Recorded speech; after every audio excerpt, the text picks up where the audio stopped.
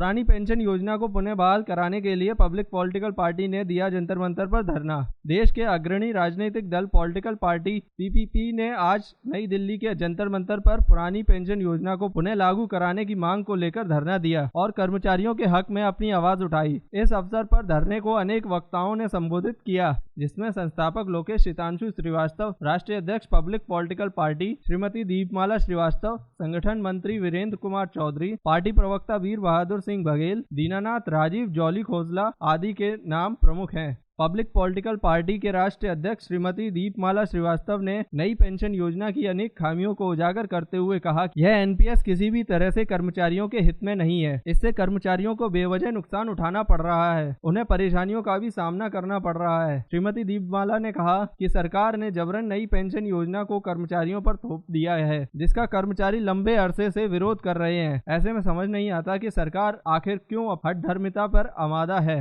उन्होंने कहा कि पार्टी का मानना है कि कर्मचारियों के हित में सरकार को नई पेंशन योजना शीघ्र अतिशीघ्र निरस्त कर देनी चाहिए और पुरानी पेंशन योजना को फिर से बहाल कर देना चाहिए। पर केंद्र में बैठी भारतीय जनता पार्टी की सरकार के कानों पर जूं नहीं रेंग रही। ऐसे में पार्टी ने कर्मचारियों के हित को ध्यान रखते हुए सरकार को नींद से जगाने के लिए आज 1 दिवसीय धरना दिया। आज हमारे बीच में जो है पब्लिक पॉलिटिकल पार्टी की राष्ट्रीय अध्यक्षा श्रीमती दीपमाला वास्तव जी मौजूद हैं और हम इनसे कुछ सवाल पूछेंगे।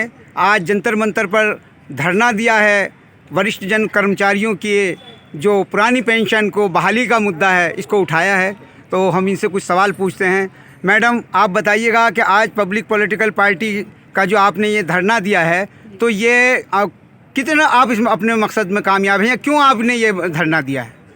देखिए, हम कितना इस मकसद में कामयाब होंगे ये तो आने वाला वक्त बताएगा, लेकिन हम अपनी कोशिश नहीं छोड़ेंगे। कोशिश करने वालों की हार नहीं होती, इसलिए हम अपनी कोशिश नहीं छोड़ेंगे। आज हम भारत के जंतर मंतर पे धरना दे रहे हैं, दिल्ली के जंतर मंतर पे धरना दे रहे हैं। कल हम अन्य राज्यों में धरना देंगे और सभी जिलों में, राज्यों की सभी जिलों में धरना देंगे जब तक हमारी मांग पूरी नहीं की जाएगी, पुरानी पेंशन व्यवस्था बहाल नहीं की जाएगी और नई पेंशन व्यवस्था खत्म नहीं की जाती है, तब तक धरना जारी रहेगा। अच्छा, इस इशू के अलावा आपकी पार्टी कौन कौन से इश्यूज उठाती है? किस किस के लिए आप काम कर रही हैं, क्या क्या कर रही हैं, ज़रा बताएं आप थोड़ा। देखिए, पब्लिक पॉलिटिकल पार्टी जो है सवर्ण आयोग की स्थापना के लिए काम कर रही है। देश में हो रहे सवर्ण और अवर्ण के बीच जो मतभेद रख रहे हैं उसको खत्म करना चाहती है और सवर्णों के हित के लिए काम कर रही है।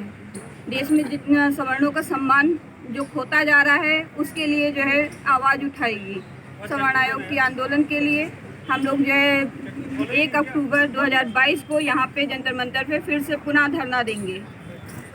लेकिन एक बात कही आपने कि सवर्णों के साथ जो जाति होती है या होता उसके लिए ये आवाज़ उठाएगी, लेकिन ज़्यादातर यह है कि सवर्णों के साथ अत्याचार होता है या नीचे वालों के साथ होता है, ये भी बताइएगा। सवर्णों के साथ अत्याचार होता है? बिल्कुल होता है, सवर्णों के साथ भी अत्याचार होता है, लेकिन लोग इतनी जोर से जो है सिर्फ अवर्णों के साथ अत्याचार बोलते हैं, दलित के साथ अत्याचार बोलते हैं। एक ही बात को 100 बार अगर बोलोगे तो झूठ भी सत्य बन जाता है। उसी तरह जो है अवर्णों के साथ अत्याचार, दलितों के साथ अत्याचार बार बार बोलने से वो सत्य नहीं हो जाएगा। अगर देश में जो है अन्याय हो रहा है, कहीं जो है रेप केस हो रहा है, तो उसको क्यों कहते हैं कि दलित के साथ हुआ? अरे अन्याय अन्याय है, अत्याचार अत्याचार है, बलात्कार बलात्कार है। आप उसको न्याय से जोड़िए, ना कि जो है सवर्ण और अवर्ण के साथ जोड़िए। अच्छा, मतलब ये है कि उसे सवर्ण अवर्ण की दृष्टि से नहीं, न्याय की दृष्टि से देखना, न्याय की दृष्टि से देखा जाए। क्योंकि अगर हम कहें कि आज सत्ता में जो लोग हैं तो वो तो सवर्ण ही हैं। ऐसा नहीं है। तो आज अगर अत्याचार नहीं रुका तो फिर कब रुकेगा? देश में सिर्फ अगर आपको हमारा चैनल अच्छा लगे तो चैनल को लाइक, सब्सक्राइब और दोस्तों के साथ शेयर करना ना भूलें। देखते रहें स्वदेश प्रेम।